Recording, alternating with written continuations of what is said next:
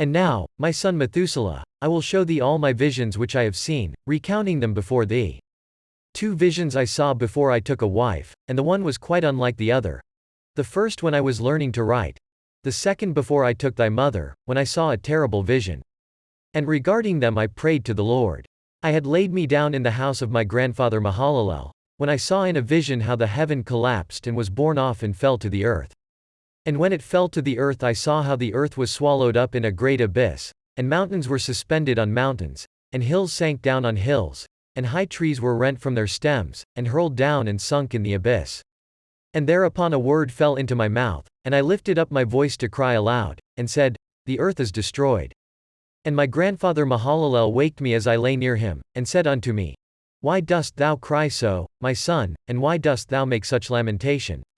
And I recounted to him the whole vision which I had seen, and he said unto me, A terrible thing hast thou seen, my son, and of grave moment is thy dream vision as to the secrets of all the sin of the earth.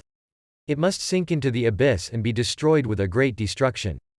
And now, my son, arise and make petition to the Lord of glory, since thou art a believer, that a remnant may remain on the earth, and that he may not destroy the whole earth. My son, from heaven all this will come upon the earth, and upon the earth there will be great destruction. After that I arose and prayed and implored and besought, and wrote down my prayer for the generations of the world, and I will show everything to thee, my son Methuselah.